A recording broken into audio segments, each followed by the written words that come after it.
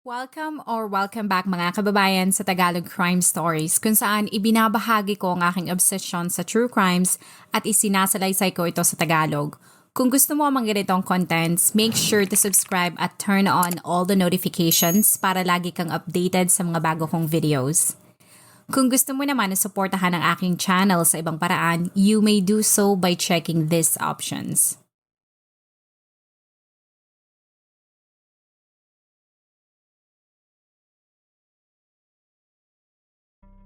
Ang pagkakaibigan ng dalawang babaeng ito ay nagsimula nang sila ay magkakilala sa Adamson University sa Maynila. Sa dinami-dami na kanilang mga kaeskwela at kabatch, sina Salve at Elleraine ay kaagad nag-click nang una pa lamang ang mga itong magkausap. Ang dalawa ay walang pagkakaiba sa kanilang mga gusto sa buhay at pareho din silang may mataas na pangarap. Si Salve na tubong Samar ay gusto maging nurse upang matulungan ang kanyang mga magulang na malaki ang sakripisyo na ginawa para sa kanya simula nang siya ay bata pa lamang. Ganyan din ang pangarap ni Elleraine na mangyari sa kanyang buhay. Bagamat hindi maituturing na mayaman ang kanyang pamilya sa Pampanga, ang ina't ama naman nito ay mahirap din ang pinagdaanan. Mabigyan lamang ang mga ito ng maayos na buhay. Sa loob ng ilang taon, ang dalawa ay naging close at itinuring nila ang isa't isa na best friend. Nang mangyari ang graduation ay halo-halong emosyon ang kanilang naramdaman. Bagamat ang mga ito ay masaya na makakapagtrabaho na sila para matupad ang kanilang mga pangarap at makatulong sa kanilang pamilya, sina Elleraine naman ay malungkot dahil ang nakasanayan nilang routine na magkasama ay hindi na nila magagawa. Ngunit nangako ang mga ito na gagawin ang lahat upang mapanatili ang kanilang komunikasyon. Ang magkaibigan ay parehong naging profesional. Si Salvacion ay naging nurse habang si Elleraine naman ay nagawang makapagtrabaho sa Canada. Kalaunan, ang dalawa ay makikita mong masayang magkasama sapagkat tulad ni Elleraine ay nakarating na rin sa Canada si Salve. Ang dalawa ay masayang lumabas na magkasama at kung meron silang libreng oras ay pumupunta sila sa magagandang lugar sa bansang yun. Ang kanilang pamilya ay masaya dahil kahit ilang taon din ang mga itong hindi nagkita ay walang nagbago sa samahan ng mga ito. Ngunit wala pang isang taon ang dalawang magkaibigan ay isusumpa ang isa't isa sa punto na nagkadibandahan pa ang mga ito. Sa tindi ng nangyari, si Elleraine ay umuwi ng Pilipinas para lamang humingi ng tulong upang maipadeport ang kanyang itinuring na best friend.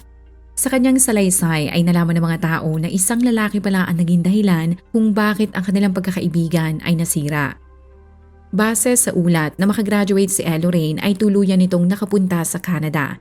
Habang si Salve naman ay kalaunan ding nakapunta sa Middle East kung saan ito ay nagsilbi bilang isang nurse. Bagamat sila ay malayo sa isa't isa ay napanatili ng mga ito ang kanilang pagkakaibigan. Suma total sila ay magkaibigan na ng isang dekada.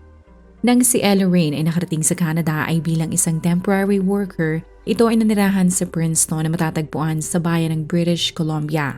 Ang pagkakaroon nito ng pamilya sa Canada ang naging dahilan kung bakit kahit malamig ang klima at sobrang ibang-iba ang kultura na nakikisnan niya sa Pilipinas, ay naibsa naman ang kalungkutan at pagiging homesick nito.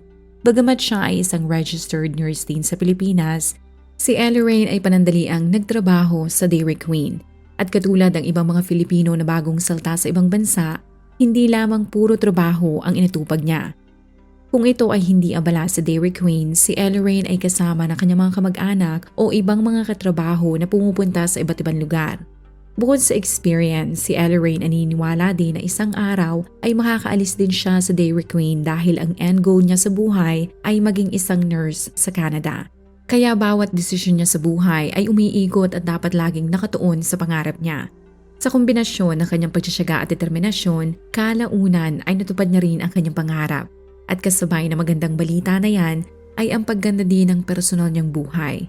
Noong kanyang kaarawan ay naiulat na ikinasal siya sa Canadian na si Brighton Lamb. Walang gaanong impormasyon ang lumutang tungkol sa kanilang relasyon, ngunit ayon kay Elleraine, pangarap nilang mag-asawa na magkaroon ng 4 na mga anak. Nagkasundo din sila na dahil sa tumataas na cost of living sa Canada, ay gagawin nila ang lahat upang matulungan ang mga ito. Bukod sa pagiging supportive, silang mag-asawa ay nagkasundo din na mag-set up ng mga college funds at kahit ano pa mga accounts na maaaring makatulong sa mga ito sa hinaharap.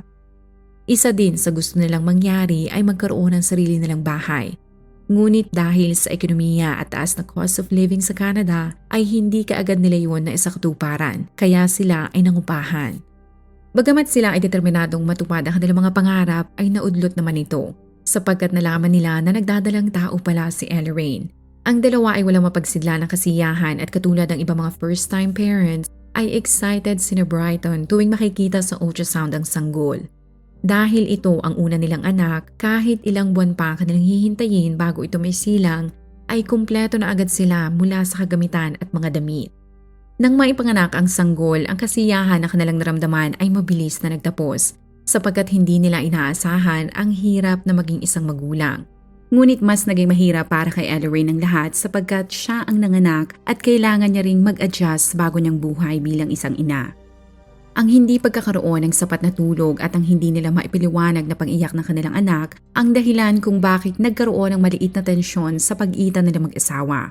Kung normal lamang sa Western countries ang ilagay sa daycare ang kanilang mga anak dahil kailangan nilang bumalik sa trabaho, naisip naman ni Elleraine na sa halip na sa daycare ay kukuha na lamang siya ng tag-aalaga na pipirme o mananatili sa kanilang bahay. Ngunit sa halip na taga-Canada ay naisip niya na magandang oportunidad yon para matulungan ang nurse niyang kaibigan na si Salve. Base sa ulat, ito ay nasa Middle East na mga panahon na kinontak siya ni Elleraine. Sa video call ay binalita nito na kaya niyang tulungan ito para maging isang nanny. At pagkatapos ng 2 taon na kontrata, 100% sigurado si Elleraine na kapag nag-apply si Salve para maging isang PR o permanent resident ay maaaprubahan din kaagad ito. Kung ito ay isang PR na at magtsatsaga at hindi mapili sa mga trabaho ay kakayanin ito na pagsabayin ng pag-aaral para maging isang registered nurse. Para kay Elleraine ay kung kinaya niya ay kakayanin din yun ng kanyang best friend dahil sa isip niya ay wala na siyang hihilingin pa kundi ang makadama ito ng ginhawa sa buhay.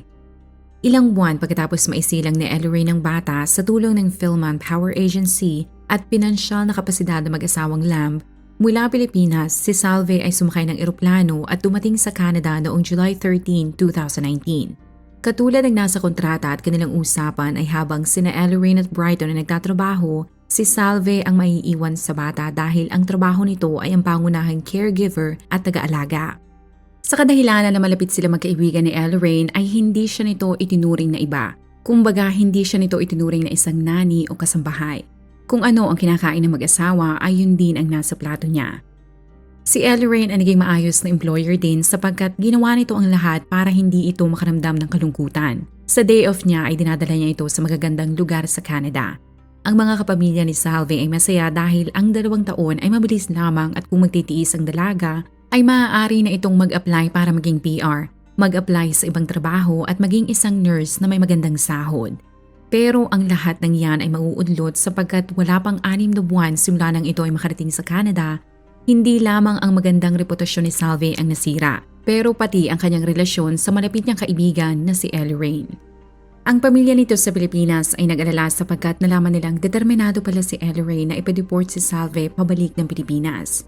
Sa tindi ng gusto niyang gawin sa kanyang best friend ay karamihan sa kanilang batchmates at mga kakilala ay mabilis na kumambi kay Salve. Pero babaligtad din ang karamihan sa kanila ng lakas loob na umuwi si Elleraine sa Pilipinas at ito ay lumabas sa national television para isiwalat ang ginawa ng dati niyang best friend. Ang publiko ay natuklasan na bukod sa anak ay inaalagaan din pala ni Salve ang asawa nito na si Brighton.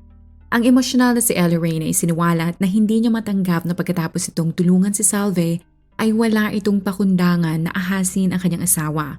Pero kung kukunin mo ang side ng asawa ni Elleraine na si Brighton, ang sasabihin ng Canadian ay bago pa man pumasok sa buhay nila si Salve ay malaki na talaga ang issue nilang mag-asawa.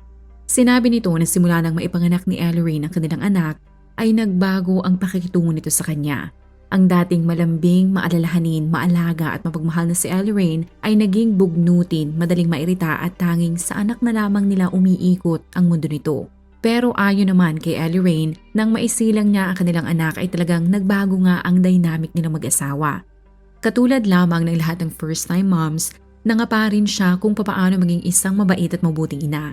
Dinepensahan niya ang kanyang sarili na bukod sa pagbabalanse at pag-a-adjust sa bago nilang buhay na mag-asawa, ginawa ni Lorraine ang lahat para hindi makalimutan ang kanyang asawa. Kaya nga nang pumayag si Salve na maging tagapag-alaga ng kanilang anak, ay naging masaya silang dalawa ni Brighton. Dahil kung merong isang tao ang mag-aalaga sa kanilang anak, ay magkakaroon na sila ng maraming oras sa isa't isa. Ayon kay Elleraine, si Brighton ay kilala si Salve sapagkat madalas niya itong makausap, kaya masaya siya nang malaman na ang dalawa ay magkaibigan na pala sa social media. Ang pag-uusap ng mga ito ay hindi niya minasama sapagkat tiwala siya sa kanyang asawa at best friend. Sa totoo nga ay masaya pa siya na nag-uusap ang mga ito para walang awkwardness o ilangan kung sakaling dumating si Salve. Nang pinoproseso na nito ang kanyang mga papeles, sakto naman na gustong pabinyaganin na Elleraine ang kanilang anak sa Pilipinas. Nang mangyari ang okasyon ay nandun din si Salve na nagpakita ng suporta sa kanilang pamilya. Mula Pampanga ay nagdesisyon din silang mag-asawa na bumisita sa Samar na probinsya ni Salve. Doon ay mainit silang tinanggap ng pamilya nito, ngunit ayon kay Elleraine, nang sila ay makabalik sa Pampanga ay naging bugnutin, magagalitin at mabilis mairita ang kanyang asawa. Noong una ay inintindi niya ito, sa isip niya ay maaaring naiinitan lamang si Brighton sa klima ng Pilipinas sapagkat ang puting tulad nito ay hindi sanay sa mainit na panahon. Ang isa pang dahilan na naisip niya ay marahil hindi nagugustuhan ni Brighton na masyadong maraming mga tao ang naglalabas-pasok sa kanilang tinutuluyan na bahay, kaya nilawakan niya ang kanyang pasensya. Ngunit kahit nakabalik na sila at nasa malamig na klima at wala nang bumimisita sa kanila, ay naging bugnutin pa rin si Brighton at kahit maliit na bagay ay kinagagalit nito na hindi maintindihan ni Elleraine. Pero sa kadahilanan na kailangan nilang kumayod at mag-alaga ng kanilang anak, bagamat ginagawa ni Elleraine ang lahat para maresolba ang issue, ay tila mas lumalala pa ang kanilang problema. Ibinahagi niya na maaaring ang kanyang asawa ay nakaranas ng postpartum depression na nangyayari sa 8 hanggang 13% sa mga first-time fathers. Kaya nilawakan na naman niya ang kanyang pangunawa na makaka-adjust din ito at maaaring magbago ito pag dumating na si Salve, sapagkat meron na itong katulong na mag-alaga sa bata. Noong July 13, 2019, sina Elleraine ay sinundo si Salve sa airport at sa unang araw pa lamang nakasama nila ito ay masaya silang mag-asawa dahil close na close dito ang kanilang anak na inaanak din pala ni Salve.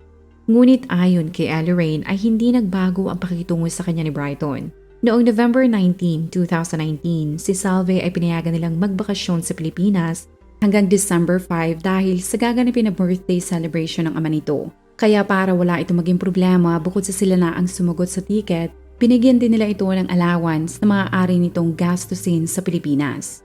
Sa kadahilanan na wala silang taga-alaga sa bata ay nag-file ng leave si Elleraine at pinayagan naman ito na hindi pumasok sa trabaho ng halos 3 linggo. Nang makabalik si Salve noong December 5 ay naging magaan na muli ang takbo ng buhay nilang mag-asawa dahil meron ng nag-aalaga sa kanilang anak.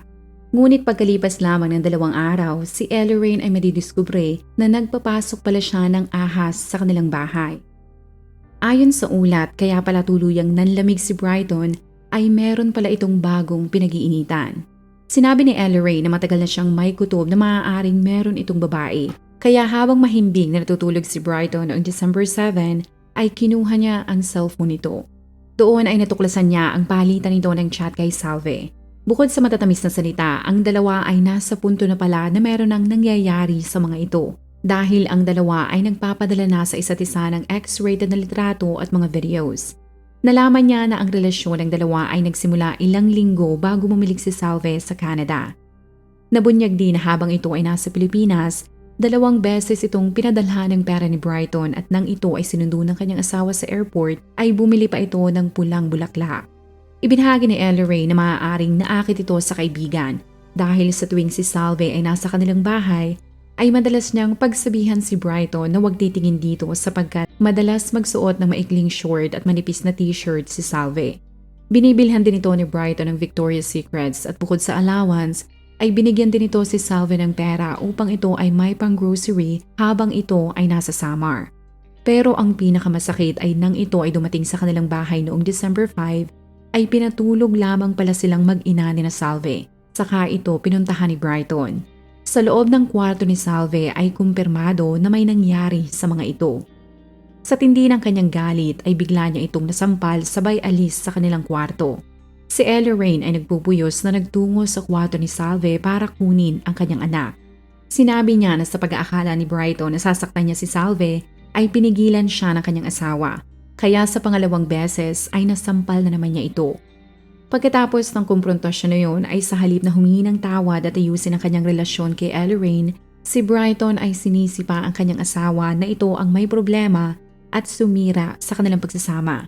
Kaya kasama si Salve ay umalis ang dalawa sa bahay at nag-check-in ang mga ito sa isang hotel.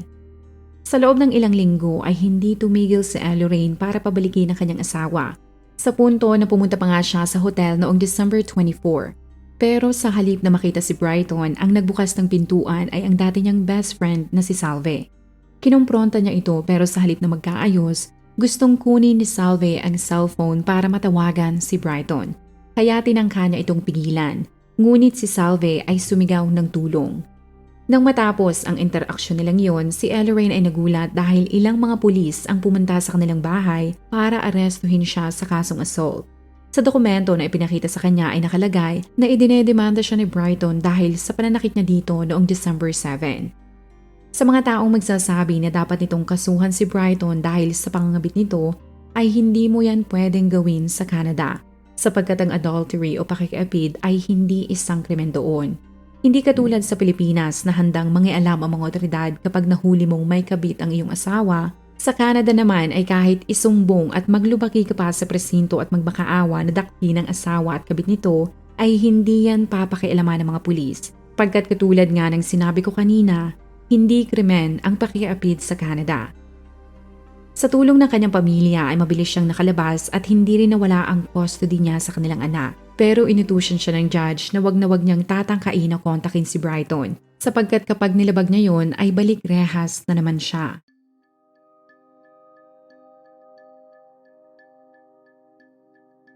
Sa desperado niyang pagtatangka na ipadeport si Salve sa kawalang-hiya nitong ginawa, ay humingi siya ng tulong. Sa national television ay binunyag niya ang lahat ng ginawa ng kanyang mister at ni Salve. Maraming mga tao ang nasihan dahil ang mismong agency ni Salve ay ibinalita na nag-request na sila para pabalikin ito sa Pilipinas. Ngunit ang pagpapadeport dito ay hindi nangyari, sapagkat ito ay di umanong nag-file ng asylum. Sigurado ako na ang dahilan niya sa pag-file ng asylum sa Canada ay dahil naniniwala siya na delikado ang kanyang buhay kung sakaling mapabalik siya ng bansa, dahil na rin sa dami ng mga taong galit sa kanya. Wala nang impormasyon ang lumabas tungkol sa issue na ito pero sa social media ni Elleraine ay ibinalik niya ang kanyang apelyido sa Reyes na maaaring senyales na na-finalize na ang kanilang divorce. Noong nakaraang taon din ay nag-boyfriend reveal si Elleraine at noong July 2, 2024 ay ibinahagi niya sa social media na silang dalawa ng kanyang Canadian boyfriend ay engaged na. Kung ikaw ay nakinig hanggang sa dulo ng video na ito, maraming salamat sa panonood sa episode na ito. Please consider leaving a comment or i-like ang video na ito. At kung may kaso ka na gusto mong i-cover ko, please let me know. Magandang araw sa'yo, kabayan.